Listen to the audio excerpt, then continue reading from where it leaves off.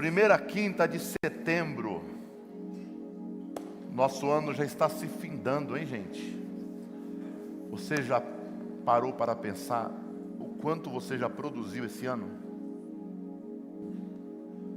Você já parou para pensar o quanto você aproveitou de tempo do que Deus te deu esse ano? Você já parou para pensar quanto nós poderíamos ter aproveitado mais esse ano? Você já pensou o quanto de tempo nós perdemos esse ano? Você já viu aquelas dívidas de 5, 7, 12? É 1.000, mas você parcela no cartão em 10 de 105, 107. Parece que não é nada. Mas quando chega no dia de pagar tudo naquele dia, aí você tem a dívida do carro, da casa própria, lá já está lá. Eu já sei que aquilo ali, aí quando você vai ver, aquele 5, 7, 105, 107, deu mais do que a casa própria e o carro às vezes. Assim também é o nosso tempo. Os minutinhos que a gente perde, horas, deixar para depois. E a gente é campeão nisso, né? A gente é campeão nisso. Em protelar, adiar, procrastinar. E se a gente bobear, a gente vicia nesse negócio aí. A gente vicia em deixar para depois. Principalmente resolver problemas. Porque problema nenhum é bom, o nome já fala, é um problema. E a gente vicia fácil nesse tipo de coisa, igual vicia em doce. Igual vicia em chocolate. E quando se trata de família, é a mesma coisa. Nós temos uma facilidade de deixar para lá coisas pendentes,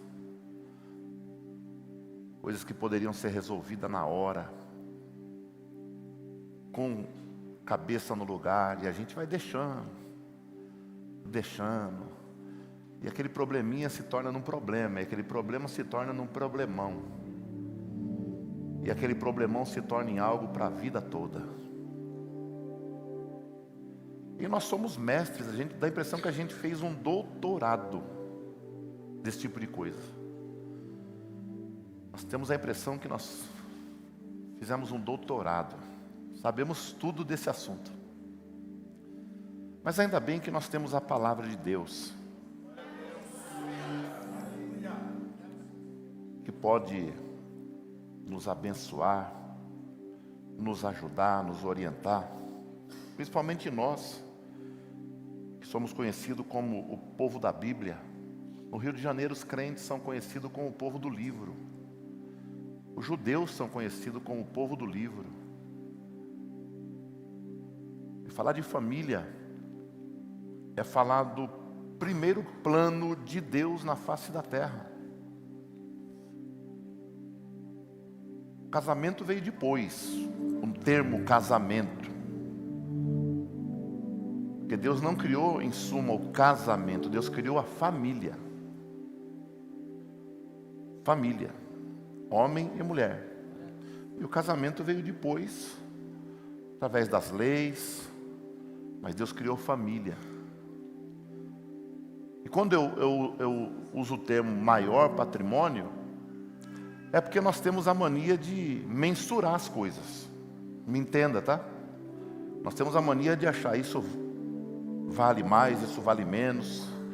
Então, para que você entenda melhor, eu coloquei maior patrimônio.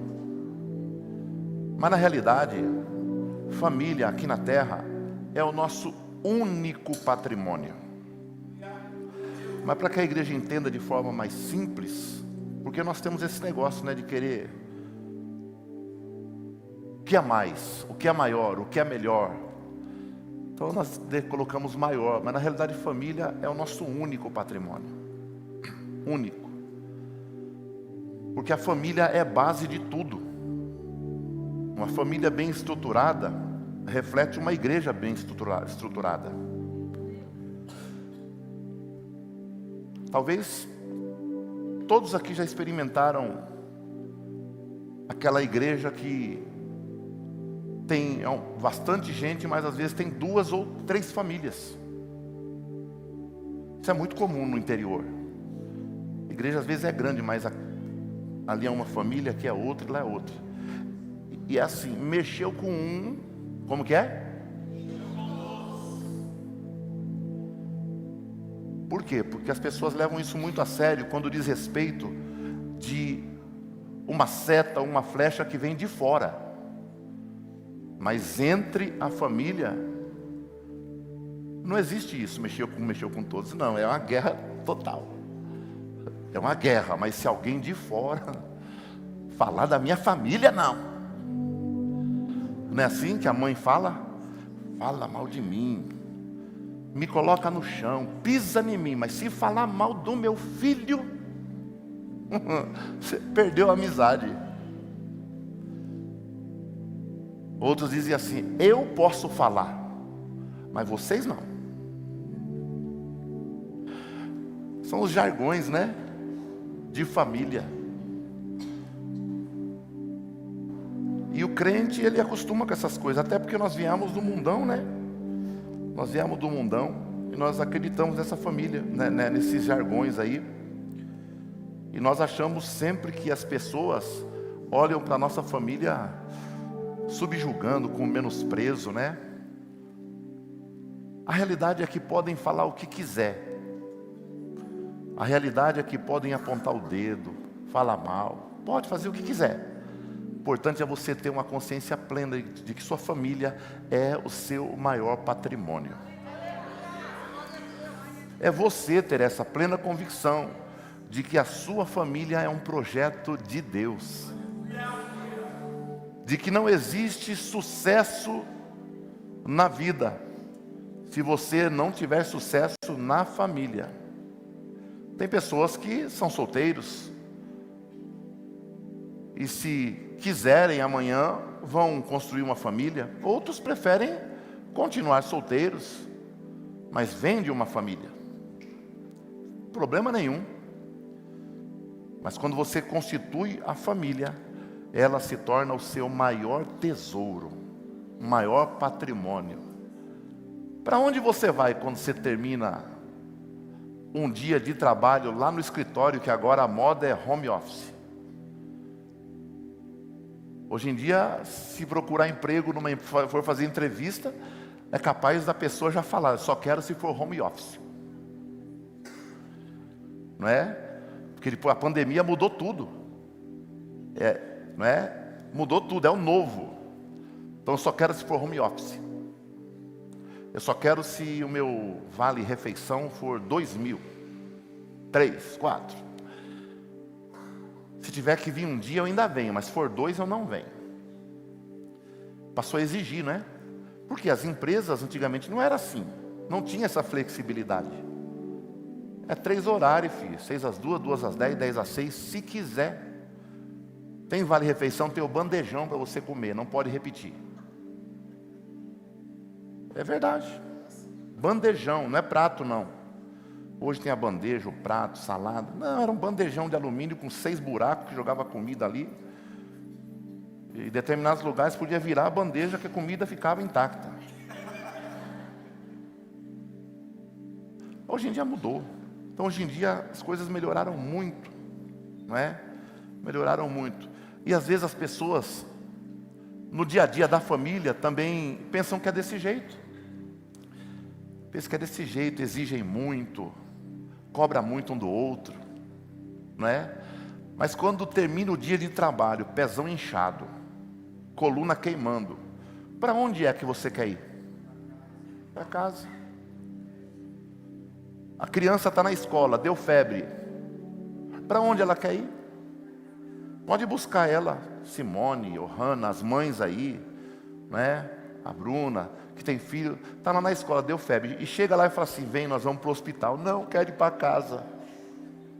Quer ir para casa. Então, você viaja. Quando eu ia pregar, eu saía de casa, desse tamanho, eu saía de casa chorando. Porque eu tinha que ir. Eu precisava,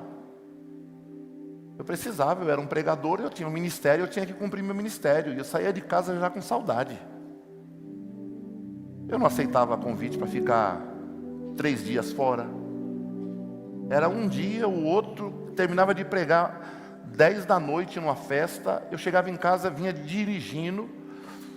Chegava em casa às 5, 6 da manhã. Para não ter que dormir mais uma noite fora. Porque eu não conseguia. Porque a minha família é o meu sustento. É a minha base. Assim é a nossa família. E a mensagem dessa noite é uma mensagem que eu quero contextualizar. Jesus falou sobre isso durante a sua passagem aqui. Jesus falou sobre família, sem usar o termo família. No texto que eu vou ler, não fala nada de família, mas a família está lá. Isso que é interessante no Espírito Santo de Deus, porque quando você que tem algum livro que eu escrevi, tiver alguma dúvida, qual é a pessoa mais indicada para você esclarecer uma dúvida? Com quem escreveu o livro. Então, quando eu preciso pregar, eu dobro o meu joelho e converso com o autor. Falo, Senhor, me explica aquilo lá, porque eu preciso falar. Hoje à tarde eu passei um período orando, e Deus me deu essa direção, falar de família, onde não fala de família, mas a família está lá. E eu quero falar sobre o cenário da família na atualidade. O cenário de uma família em crise na atualidade. Porque a crise do mundo hoje é a família.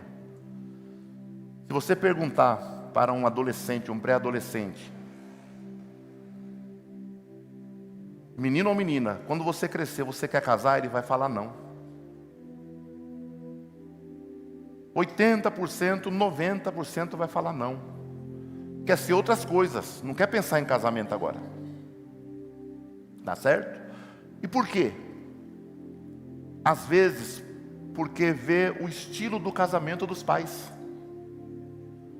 Às vezes, ele vê o casamento na família, os parentes, na igreja.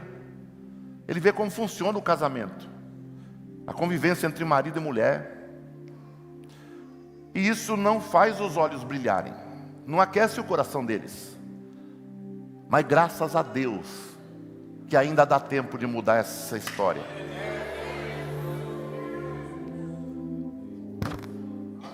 Quantos estão entendendo o que Deus está querendo falar? Diga amém.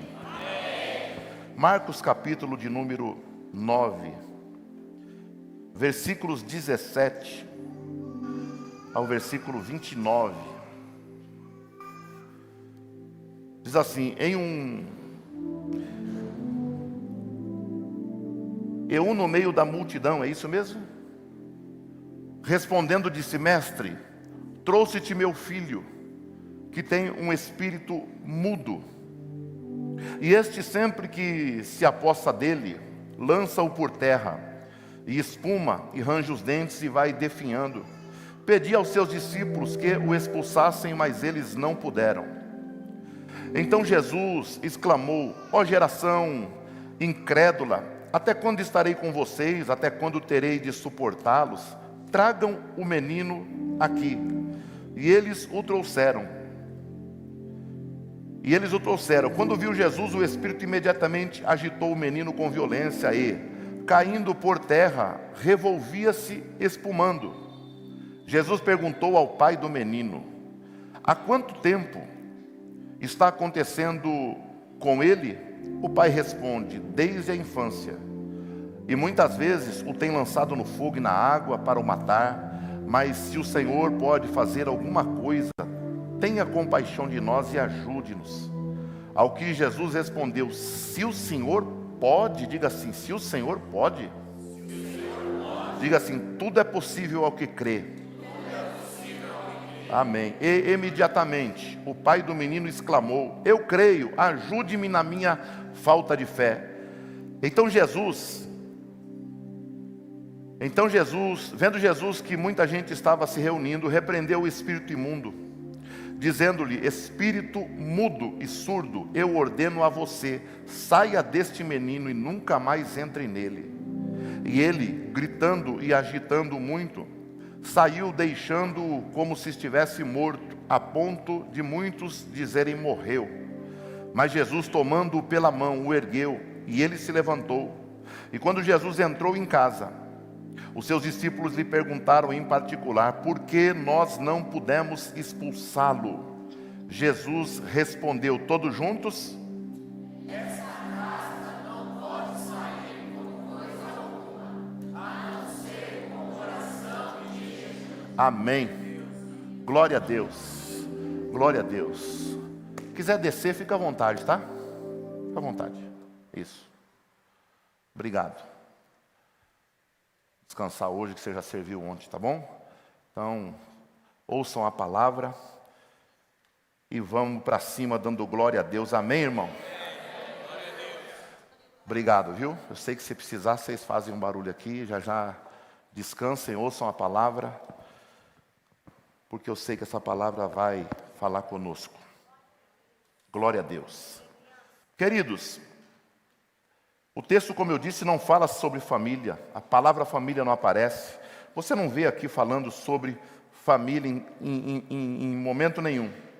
Mas esse texto, ele mostra claro algo que as famílias vêm enfrentando hoje em dia. É um sofrimento que ninguém podia resolver. Ninguém podia resolver aquela situação. E muitas famílias enfrentam hoje problemas que também não conseguem resolver. E ficam à mercê de ajuda de terceiros. Tá? E por que não conseguem? Porque os problemas às vezes vão além das capacidades físicas, emocionais, psicológicas, intelectuais. E quando nós temos o Espírito de Deus, esquecemos que temos a presença de Deus na nossa vida, aí nós temos também a necessidade e a deficiência de uma conexão espiritual, além da emocional, psicológica, física, em todas as áreas. Quando nós esquecemos que a nossa primeira atitude deveria ser orar, buscar a presença do Senhor, a gente entra numa zona de guerra. E essa zona de guerra, ela só pode ser vencida, sabe, com a atitude dos pais. E o primeiro tópico que eu quero abordar aqui, nós não oramos ainda, tá? Que eu quero falar aqui hoje com vocês. Eu quero ministrar essa palavra para o coração da igreja, porque, como eu falei, uma família sadia, a igreja sadia. Igreja sadia, a nação é sadia. Glória a Deus. E nós prezamos por uma igreja sadia, tá? Então, em primeiro lugar, o que eu quero falar é sobre a responsabilidade dos pais que está inserida nesse texto. Versículo 17, dá para colocar para nós, filhão? Versículo 17, olha o que vai nos mostrar. Marcos, o primeiro evangelho a ser escrito.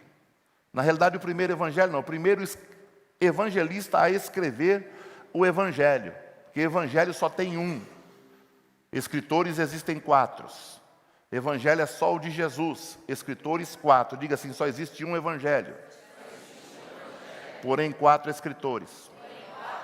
Então, quando a gente fala evangelho de Marcos, de Mateus, isso é um vício que nós temos. Tá? Evangelho só existe um. Tá? Os 4 livros retratam um evangelho de uma única pessoa, Jesus Cristo, morto, ressuscitado e que está aqui no nosso meio através do Espírito Santo de Deus.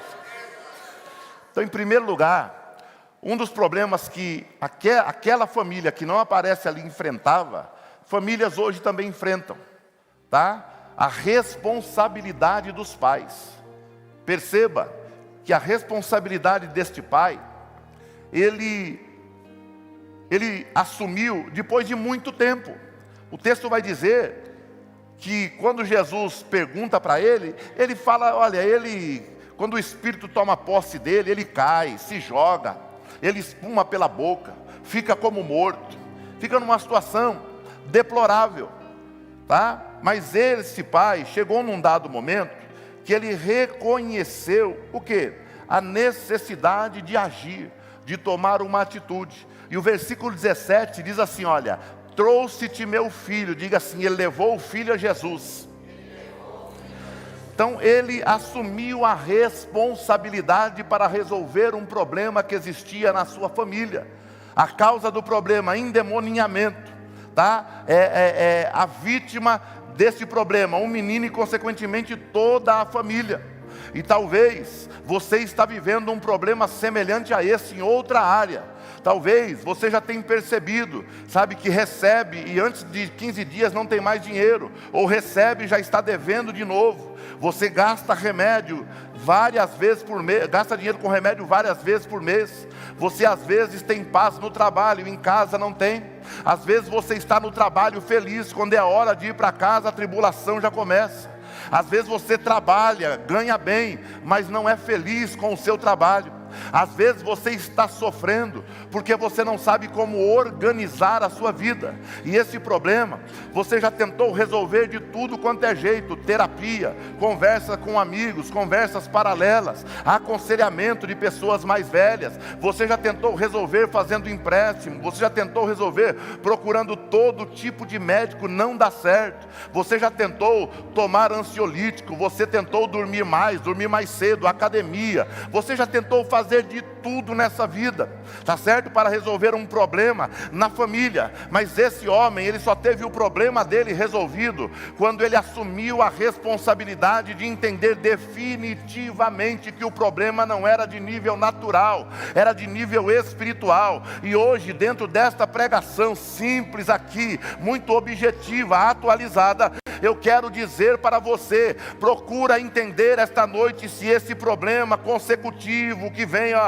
se agravando dia após dia e se agigantando diante de você, procura entender se isso não é espiritual. E como você vai discernir se isso é espiritual, conseguir compreender que é espiritual? Levando este problema até os pés de Jesus. Glória a Deus. Então esta noite pegue este problema, glória a Deus, e coloque nos pés de Jesus através da oração. Não é através do desespero, da gritaria, descabelando, chorando, achando que Jesus vai ver você sapateando de nervoso. Não, Jesus não enxerga esse tipo de coisa. Jesus, ele enxerga uma atitude de fé. Esse homem, ele não levou, aleluia, para o médico, para o rabino, para o sinédrio, ele levou para Jesus, porque provavelmente ele já tinha levado para o médico, para o sinédrio, para o rabino, para o saduceu, para o fariseu, para o zelote, para o herodiano. Ele já tinha tentado todos os meios, ninguém pôde resolver, mas agora ele toma a atitude principal da vida dele, e essa atitude pode revirar a sua família às avessas, glória a Deus, que é apresentar verdadeiramente o problema até Jesus. Glória a Deus. Apresente hoje o teu problema ao Senhor, que Ele pode mudar a tua história. Glória a Deus. Ele pode mudar a tua história. O pai não se conformou, ele foi buscar ajuda em Jesus. Glória a Deus. Às vezes nós pedimos ajuda para tanta gente, aí, eureka, descobri, eu sirvo Jesus, do nada. Não é assim? Quantas vezes já leu a Bíblia? 72. Quanto você ora por dia? 1h30 por dia. Quantos minutos é o seu devocional? 30 minutos. Aí está sofrendo. De repente, você descobre que você serve a Jesus. Mas e aquela oração, aquelas 72 leituras de Bíblia, aquele devocional? É costume. É só costume. Porque eu sou crente. Não. Hoje, Jesus quer se revelar a você como o teu cuidador. Como aquele que criou, gerou, formou a tua família. E tem um projeto através da sua família. Glórias a Deus. Aleluia. Então você precisa entender. Aleluia. Ele levou o filho até Jesus. Isso é uma responsabilidade minha e sua. Pai e mãe. Levar, conduzir os filhos até Jesus. E não é com palavras. Não é com palavras. Eu já falei falo aqui para os que são novos, vão me ouvir, os que são velhos, dê glória a Deus, tá certo? Não mande o seu filho orar, não ensine o teu filho a orar, deixa ele te ver orando. Tá certo? Não fala para o teu filho vir à igreja, não, venha com ele, traga ele. Não fala para o teu filho ler Bíblia, não, deixa ele te ver lendo a Bíblia. Que daqui a pouco você vai entrar no quarto, ele vai estar de joelho, você vai entrar no quarto, ele vai estar lendo a Bíblia. Você vai acordar no domingo de manhã pensando logo no almoço, ou então no jogo das 4 horas da tarde do Campeonato Brasileiro, e o seu filho se trocando e falando, mãe, pai, vocês não vão na igreja hoje? Glória a Deus. Então você vai tomar um choque de realidade por perceber que palavras podem convencer alguém, mas o teu exemplo vai arrastar multidões, e você vai ver o impacto que vai ser gerado na tua família. Provérbio 22:6 é clássico, ensina a criança no caminho em que ela deve andar, e mesmo quando ficar velho, nunca mais se desviará dele. Efésios 6:4 está escrito, não provoqueis a ira dos seus filhos, mas crie na disciplina, admoestando eles no Senhor. Glória a Deus. Então cria os seus filhos na disciplina. Disciplina não é bater, disciplina não é pegar chinelo, disciplina não é a vara de marmelo, não, disciplina, glória a Deus, é você falar, é hora de comer, vamos comer, é hora de orar, vamos orar, é hora de ler, vamos ler. A família de John Wesley, Anna Wesley e Samuel Wesley criaram o metodismo, e John Wesley que foi o pai do metodismo wesleyano, que é o metodismo renovado, pentecostal. Por quê? Porque dava 6 da tarde, vamos dormir, mas mãe, não estou com sono, é hora de dormir, apaga a luz. Deu 5 da manhã, é hora de levantar para orar, mas eu estou com sono, mas é hora de levantar para orar. John Wesley criou o hábito de levantar às 5 da manhã para fazer a sua oração diária, todos os dias. Aí um dia ele passou das 6 horas orando, sua mãe foi lá e falou, filho, você ora das 5 às 6 todo dia, e hoje eu vi na tua agenda, tem o dobro de compromisso. Ele falou, por isso mesmo minha mãe, eu oro todo dia 1 hora pelos compromissos normais, mas hoje tem o dobro, eu preciso do dobro de oração. Então crie esse hábito na tua casa, e você vai ver o seu lar pegar fogo, arder em chamas na presença do Senhor, e os seus filhos crescerem no altar do Senhor, querendo servir ao Senhor, querendo conhecer a Deus, e a tua vida sendo abençoada na sua velhice. Tem coisa melhor do que essa? Glória a Deus, glórias a Deus. Dá uma cutucadinha quem está ao seu lado, fala assim, abre o olho, irmão. Diga, Jesus quer mudar a história da tua família. Pode falar. Glória a Deus. Eita glória. Glória a Deus. Então, primeira questão é assumir a responsabilidade. Assuma o controle da tua família. Assuma o controle. Nós tínhamos um avô, né, amor? Que tinha 90, quantos anos ele partiu? 93 anos. Vô Agostinho, lá de Tupã. Tupã, né? Não é Birigui não, Tupã. E a avó Kika morreu com 100. 99, eu vou morrer com 100, você vai, quando você tiver 98 eu vou partir. Você vai ficar sem eu só 2 anos. Sua avó morreu com 99, você vai morrer com 99, 100 também. E vai ter que me aturar até os 100. E quando a gente ia lá, a gente já chegava lá já dando risada. Porque ele de idade, né? Não conseguia mais ir para a igreja todo culto, aquele assembleiano raiz, tocava gaita. A molecada não sabe no que é uma gaita, né? Tocava gaita na Assembleia de Deus. Aí chegava na casa dele, estava sentado com ele em frente à televisão zona assim, com o controle na mão. Tum, tum. Tá. Irmão, você não conseguia prestar atenção 1 minuto em programação alguma. Ele ficava girando. Se tivesse 300 canais da Vivo ou da Claro aí, ele girava todos os canais. Sabe? E às vezes nós estamos assim na nossa família, atirando para todo lado. Quando Deus está chamando você essa noite para mirar nele. Sabe o que Deus traz ao meu coração para falar? Faz assim com a sua mão, por gentileza, com toda educação. Faz assim, isso.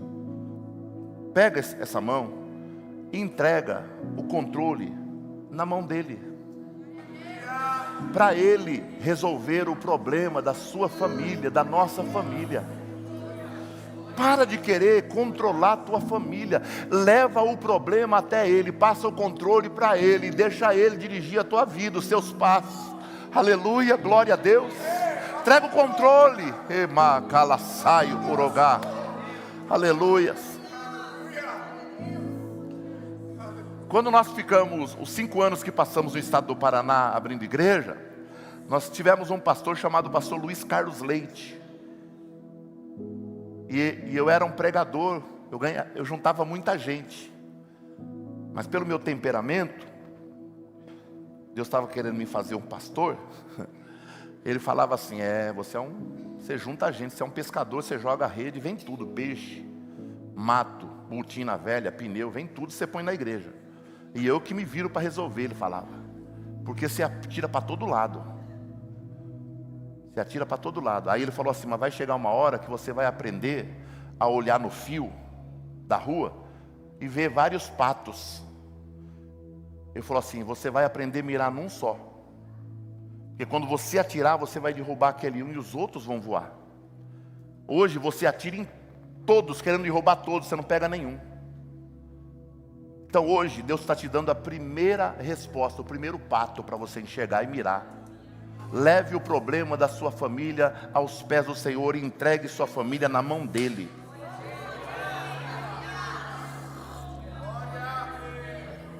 Seu trabalho, seu projeto, suas contas, sabe? Tudo que você tem planejado, pega. Está num caderninho, está no notebook, está no celular, está num papel de pão, está num guardanapo, não importa onde esteja. Pega, dobra o joelho e fala, Pai, está aqui. Esse é o meu plano, mas faz o meu plano teu, porque eu quero viver o teu plano para a minha vida e não quero que o Senhor faça a minha vontade, mas a sua para a minha família. Descansa, aí você vai poder descansar, glória a Deus, aleluia, porque você vai começar a andar, sem precisar arrebentar e abrir porta, porque você vai andando, as portas vão se abrindo, vai se abrindo, vai se abrindo, vai se abrindo. Glória a Deus. Segundo problema, era a luta com a falta de fé dentro de casa. Aquele pai enfrentava uma luta com a falta de fé dentro de casa.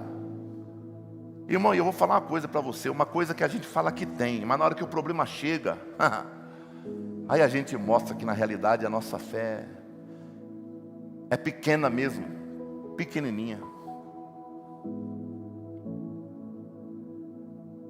Aquele homem, ele mostra que o problema dele era a falta de fé.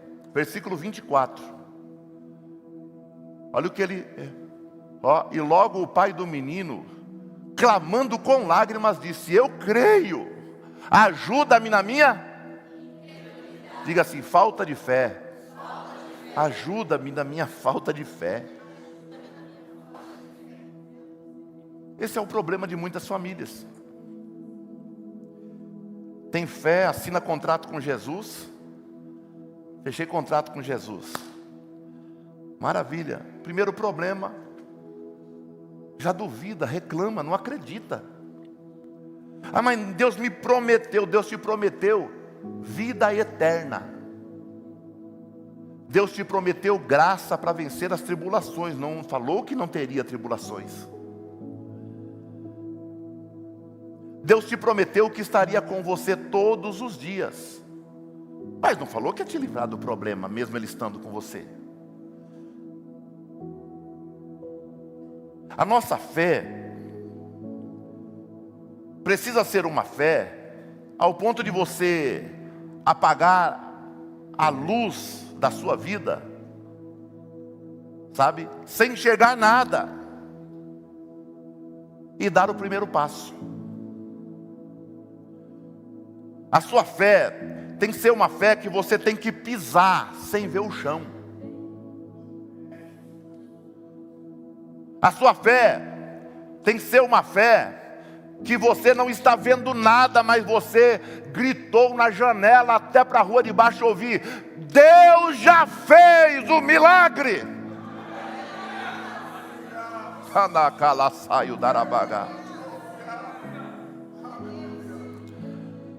Você tem que aprender a depender de Deus. E depender de Deus, às vezes, é precisar da ajuda de alguém. Como você vai depender de Deus se não há uma necessidade na tua casa? Como você vai requerer de Deus um milagre se não existe um problema insolúvel na tua casa? Desde que eu me converti, eu sempre orava ao Senhor: Senhor, faz o que o Senhor quiser comigo, mas eu quero viver milagre, eu quero viver milagre, eu quero ser um milagre, eu quero que o meu testemunho e minha vida venha impactar pessoas. Eu esperava o quê? Um avião cair em cima de mim, um carro cair da ribanceira e eu não sofri arranhão nenhum, sabe? Ser desenganado lá, e os médicos falar não tem mais jeito, e de repente do nada abrir o olho dando glória a Deus. Eu imaginava essas coisas. Deus fez do jeito que Ele quis. Deus me afastou do trabalho em 2003.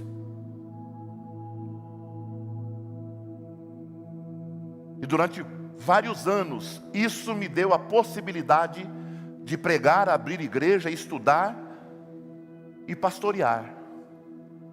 Sem salário, sem pedir nada. Porque a pior coisa que tem é um crente que diz que confia no Senhor se fazer de vítima para receber alguma coisa de alguém. Receber algo de alguém não é vergonha para ninguém. Mas é feio o crente que depende de Deus falar assim: eu estou pregando, mas você não sabe nem como está a minha situação em casa, para receber algo de alguém. Nunca. Para a glória do Senhor, eu nunca andei descalço, minha esposa nunca andou descalça.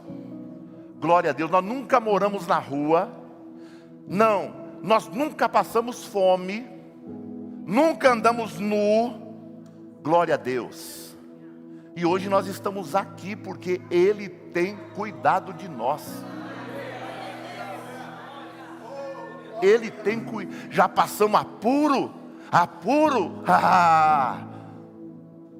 Você não tem ideia. A gente tem que marcar um culto para a gente gravar aquilo que nós já passamos. De ir 5, 6 vezes na porta de um banco e ficar sentado lá esperando a igreja que enviou a gente mandar. Hoje, se fosse 150, 200 reais por mês. Igreja crescendo, ninguém sabendo a nossa dificuldade. Almoçando e orando para Deus preparar a janta. Saía do culto à noite, Deus batizando com o Espírito Santo, curando. Igreja crescendo. Vamos, amor, para casa. Chegava em casa, às vezes tinha o arroz, não é? O feijão. Fechava a porta. Nunca reclamou. Também aprendi a não reclamar depois de muito apanhar. Mas não demorava nada, daqui a pouco. Várias vezes, viu? Não foi uma, várias. Na porta. Pois não, pastor, pastora, sou eu. Não vou falar o nome da irmã. Mas quem quiser um dia comigo estar lá em Londrina, a gente leva vocês na casa dela. Pastor, meus filhos combinou de vir almoçar em casa. Não vieram. Tem macarronada, frango. Vocês não querem? Porque senão vai estragar em casa, pastor, e está tudo novo. E a gente falou: entra, a gente come, né? Jogar fora.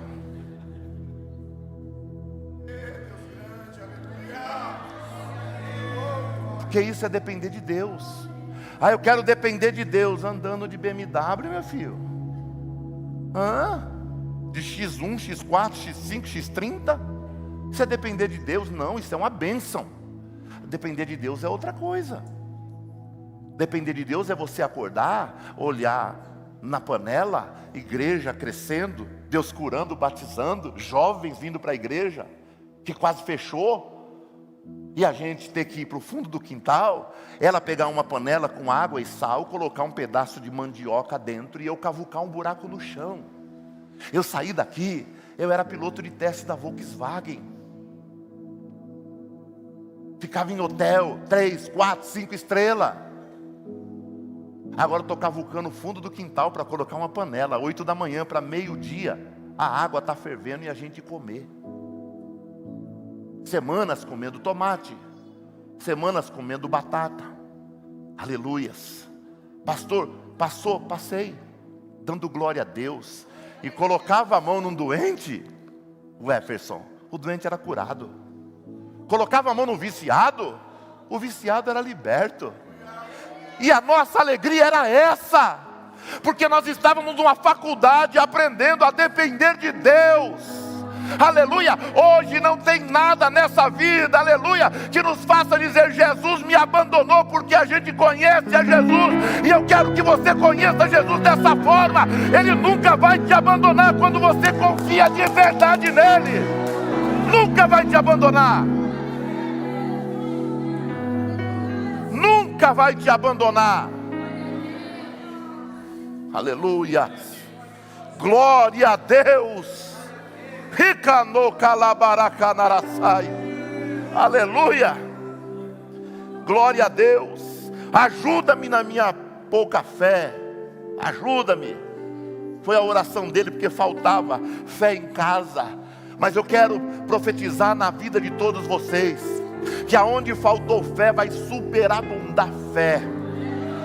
Alemando comandaraçaio. Se está faltando fé aí, receba a fé da parte de Deus hoje, porque Ele pediu: olha, me ajuda, aumenta a minha fé. Deus hoje vai aumentar a tua fé, para você começar a enxergar o invisível, crer naquilo que é inacreditável. Você ver o invisível, você vai pisar naquilo que você nunca pisaria, vai chegar onde nunca chegaria, através da misericórdia do Senhor, honrando a tua fé.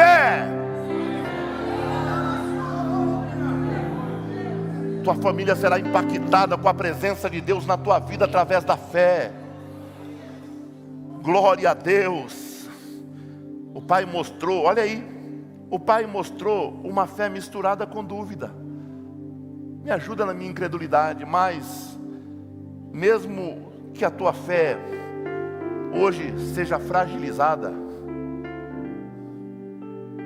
entretanto sincera, Deus vai começar a gotejar fé na tua vida. Pastor, a minha fé não alcança tudo isso. Mas é sincero isso aí?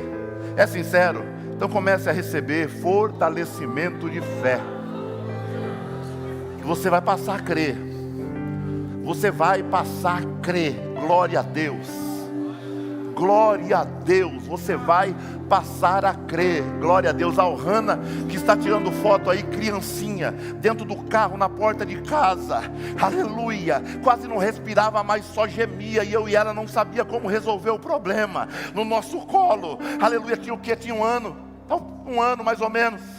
Era no colo dela, e a gente dentro de uma Brasília vermelha, que o para-choque caía quando andava, ela balançava parecendo um liquidificador, e a gente indo para o posto de saúde, e a menininha gemia de dor, gemia vermelha, e gemia e ninguém sabia o que era. E eu peguei ela na mão, coloquei no meu colo em cima do volante, falei: Pai, o Senhor me deu, é tua, mas resolve esse problema, porque eu não sei, nós não sabemos mais o que fazer. Na hora, o problema foi solucionado na hora.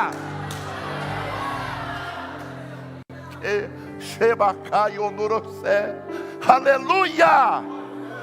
Existem problemas na tua vida que hoje estão sendo solucionados, hein? Existem crises na sua família que hoje estão sendo varridas, banidas, mandadas para outro lugar. Existem problemas na tua família que hoje perdem a força pelo poder do nome de Jesus.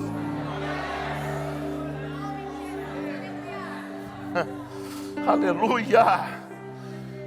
Mateus 17, 20, Jesus disse: se você tiver fé, olha aí, se tiver fé como um grão, fala assim, não é do tamanho, diz é como, glória a Deus, porque a tua fé pode ser como um grão de mostarda quando você começa a crer, mas ela tem que se agigantar, glórias a Jesus, que nem uma árvore que vai ali, glória a Deus, aconchegar pássaros, produzir sombra, fruto, oxigênio para as pessoas. Mas ele disse: se for como um grão, porque o grão de mostarda, embora seja pequeno, se misturar com outra semente qualquer, a semente pega o gosto da mostarda, mas a mostarda não pega o gosto da outra semente. A mostarda não se mistura. Assim tem que ser a sua fé, mesmo que hoje esteja fragilizada, tem que ser pura, genuína, não pode se misturar com misticismo, com aquilo que te disseram.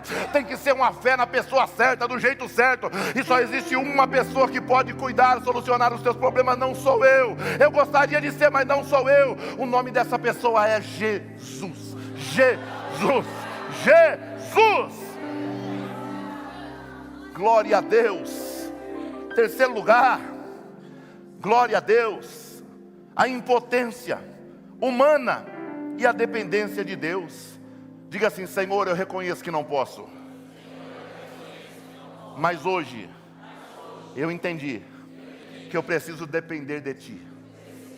Aleluias, aleluias. Versículo 29, olha o texto que diz: essa casta de demônio, essa casta não pode sair com coisa alguma a não ser com oração e... Por quê? Impotência humana e dependência de Deus. Porque eles tinham levado o menino aos discípulos, e os discípulos não conseguiam resolver. Quando você traz o seu problema à igreja e fala: pastor, estou com um problema, resolve para mim. Irmão, eu vou orar, mas provavelmente não vai acontecer nada, porque eu não tenho esse poder. Não. E outra coisa, antes de trazer o problema para mim, você tem liberdade de dobrar o seu joelho aonde você estiver e falar: Senhor Jesus, eu estou indo para a igreja, eu vou pedir para o meu pastor orar, mas ele também te serve, mas o Senhor pode resolver o meu problema. Aí você vai ver, glória a Deus, o seu problema ser solucionado.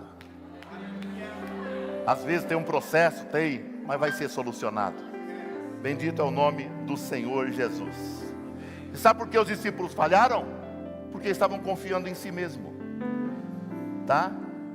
Porque nem todo problema se resolve com uma boa conversa em casa, não. Nem todo problema se resolve com bate-papo, comunicação. É importante, mas nem todo problema se resolve com comunicação boa. Não. Tem problema que é só para Jesus mesmo. Não tem jeito.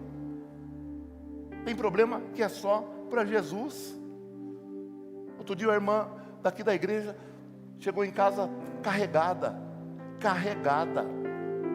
literalmente carregada. Eu estou há 15 dias mancando, hoje eu estou um pouco melhor, graças a Deus e as suas orações, com a coluna travada, à base de remédio. Sim, estou orando: Jesus, estou aqui, se o Senhor quiser me curar, cura, se o Senhor não quiser, pelo menos faz eu parar essa dor, e amém, e vamos levando. Mas a irmã chegou em casa aleijada, sentou na sala, eu falei: vamos orar, Jesus tem poder de mudar isso. Oramos, não foi? Oramos, repreendemos, e era espiritual, não era para o cirurgião, neurologista, ortopedista, quiropraxista. Tem hora que resolve, mas não era para eles, era para Jesus. Só que quando ela chegou em casa, eu não confiei em mim, eu confiei em Jesus. Ele é médico por excelência. Eu falei: Jesus, usa a gente como o bisturi, a injeção, faz o que o Senhor quiser. E oramos. Essa irmã saiu literalmente com as mãos levantadas, andando normalmente, dizendo: glória a Jesus. Uma oração. Não precisa amanhã também fazer fila na porta de casa. Não sou eu, foi Jesus. Foi Jesus. Diga assim: foi Jesus. Tá? O que? Segundo Crônicas 7,14, que é que diz lá: se o meu povo se humilhar e orar e se converter, olha o que ele diz: então, ou seja, então, a partir de agora, mudou a ideia, então, eu ouvirei dos céus, aleluia, então eu ouvirei dos céus. Cadê o 15? Coloca aí. Perdoarei, não é isso? Perdoarei, olha lá. É no 14 mesmo, é junto, né? Perdoarei os seus pecados, sararei a sua terra. E a partir, olha lá, próximo. E agora estarão, agora, depois que clamar, orar, se humilhar e se converter, deixar os maus caminhos, agora então os meus ouvidos estarão, atentos e os meus olhos abertos. Isso. Para de confiar em si mesmo. Para de confiar em si mesmo. Convida o povo para vir aqui, convida, mas fala assim: Jesus tem poder para abençoar a tua vida. Convida ninguém para vir aqui, não. O pastor lá, o louvor de lá, pelo amor de Deus, não escolha, não venha congregar aqui escolhendo igreja. Você, quando vai congregar em algum lugar, vá congregar lá por causa do pastor. Conheça o pastor, porque a Bíblia diz que Jesus deu pastores para a igreja, não igreja para pastores. Quem vai te pastorear é um pastor. Você tem que saber quem é, a vida dele, a família dele, como é a conduta, a reputação, como que é. Aí vai. Não vai congregar porque achou a igreja bonita, o som é maravilhoso. Tudo aqui é lindo mesmo, graças a Deus. Graças a Deus. Tá? Quando você falar, não vou congregar lá, ora bem. Porque quando você tomar uma atitude, sabe, na direção de Deus, então o Senhor diz: eu estarei olhando para você e ouvindo a tua oração. Glória a Deus. Fica de pé no nome de Jesus. Para concluir, Jesus, diga assim: Jesus é o centro da restauração da minha família. De novo, diga assim: Jesus é o centro da restauração da minha família. Versículo 27, Gabriel, por favor. Olha lá. Mas Jesus, tomando-o pela mão, e ele, aleluia, glória a Deus, tá? Jesus não apenas curou, não, mas Jesus levantou ele, colocou ele de pé e o entregou ao seu pai. Qual é o problema que você hoje enfrenta na sua casa? Qual é o problema que você enfrenta na sua família hoje? Da mesma forma, esse Jesus que é o centro da restauração da tua família, hoje ele quer restaurar também a tua família por completo, curando feridas, colocando a tua família de pé, aleluia, e unindo corações que louvem o nome dele. Glória a Deus. Josué 24:15 está escrito o quê? Eu e minha serviremos ao Senhor. Vamos adorar?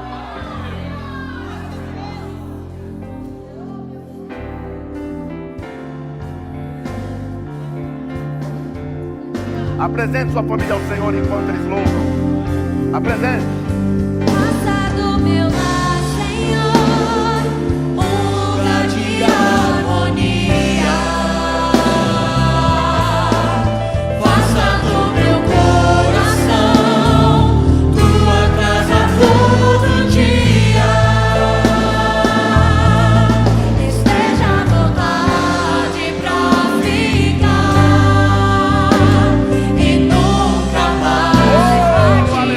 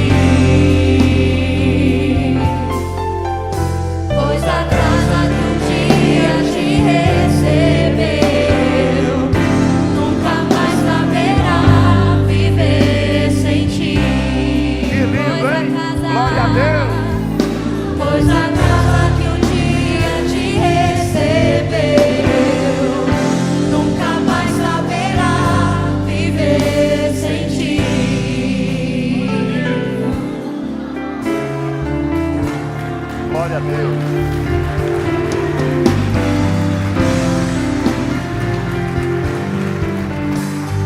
Ele merece, Ele merece.